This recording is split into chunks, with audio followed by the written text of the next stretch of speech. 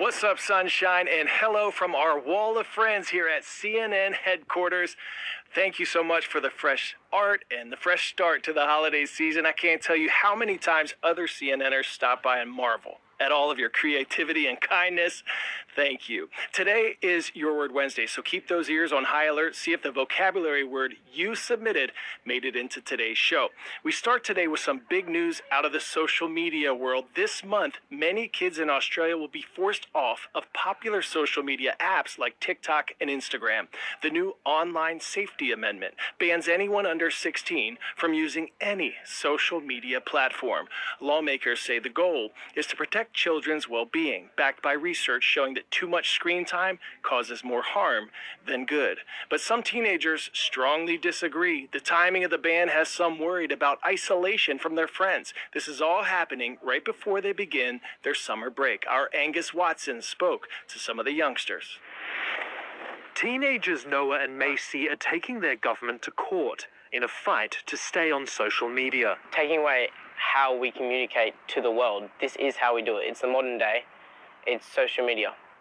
From Wednesday, Australia will enforce a world-first law banning children under 16 from many of the biggest platforms. Supported by a freedom advocacy group, Macy and Noah's case asserts a right to political communication. The High Court has agreed to hear it next year. So what will you lose when social media is taken away from you? Well, we will lose connections, but we will lose our democracy. This law is saying that democracy begins at 16, which is condescending and it's incorrect. Listen, there are definitely negatives on social media.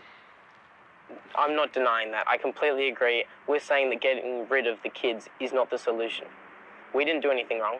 The government says it has acted to protect children from potentially harmful content, harmful people, and addictive algorithms. And there are these powerful, harmful, deceptive design features that even adults are powerless to fight against, like autoplay and endless scroll and snap streaks. So what chance do our children have? Under the new law, young social media users won't be punished for being on age-restricted apps, nor will their parents.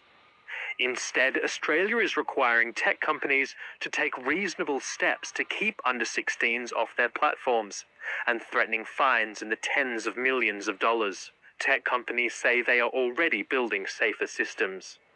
AI face detectors will likely be employed to verify age, with tools provided by third-party companies like Verify My. Users may also be asked to upload their identity documents. Australia is certainly leading the way when it comes to requiring an age check for every user to determine that they are over 16 or not. The government's ban is a catch-all. If you're under the age of 16, you're off social media. But children are all different. They've engaged with social media differently, and they feel differently about the ban. The students at All Saints Anglican School on Australia's Gold Coast are learning from cyber safety advocate Kira Pendergast about how to best avoid danger on social media. Because it is a delay. It's not a flat-out ban. They're not banning the internet. We're not trying to boil the ocean. It's literally just to delay age. And so they've got time to catch up, to become more resilient and think more critically about how they use apps. In their final year, Nicholas and Ruby wonder if maybe their school career would have been easier without the distraction of social media. Nick and I were talking before about how if we could, we would delete Snapchat today. But it's more the fact that because there's now so much reliability and connection based off one app, you don't want to delete it. Perhaps for young Australians, the fear of missing out won't be so bad if everyone is forced to miss out together. Angus Watson, CNN, Sydney, Australia. Pop quiz, hot shot. Before making a name for herself during the 1955 Montgomery bus boycott, what was Rosa Parks' profession? Switchboard operator, seamstress, teacher, or cook? If you said seamstress, you're so smart. Miss Parks worked at the Montgomery Fair department store, also volunteered her time as a secretary for her local chapter of the NAACP, where she investigated cases of racial injustice. 70 years ago this month, civil rights icon Rosa Parks refused to give up her seat on a bus in Montgomery, Alabama. The act of defiance sparked the 381-day Montgomery bus boycotts, and that ultimately ended segregation on public transportation, thrusting Parks into the history books forever. Now, 7 decades later, some never-before-seen photos are giving us a brand new look at parts of her legacy that are often overlooked. The photos, taken by famed civil rights photographer Matt Herron, show Miss Parks at the 1965 march from Selma to Montgomery, nearly a decade after her famous act of civil disobedience. The 5-day, 54-mile trek was a key moment in the civil rights movement, often seen as a galvanizing momentum that led to the U.S. Voting Rights Act of 1965. The photos are on display at the Rosa Parks Museum in Montgomery. The museum's director hopes they will serve as a reminder that Parks' activism began long before and extended well after that impactful moment aboard that bus in Alabama. In Paris, more bad news at the Louvre Museum. A spokesperson for the world's largest museum says a water leak has damaged a plethora of antique books dating back to the 19th century.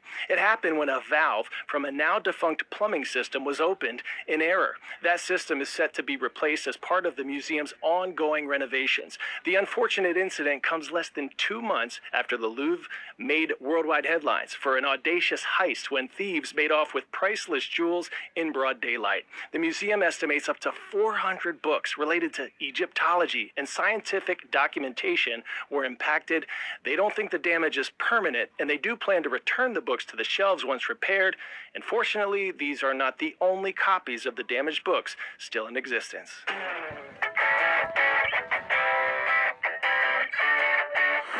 Today's story getting a 10 out of 10. Fuck Barrio Los Aztecas!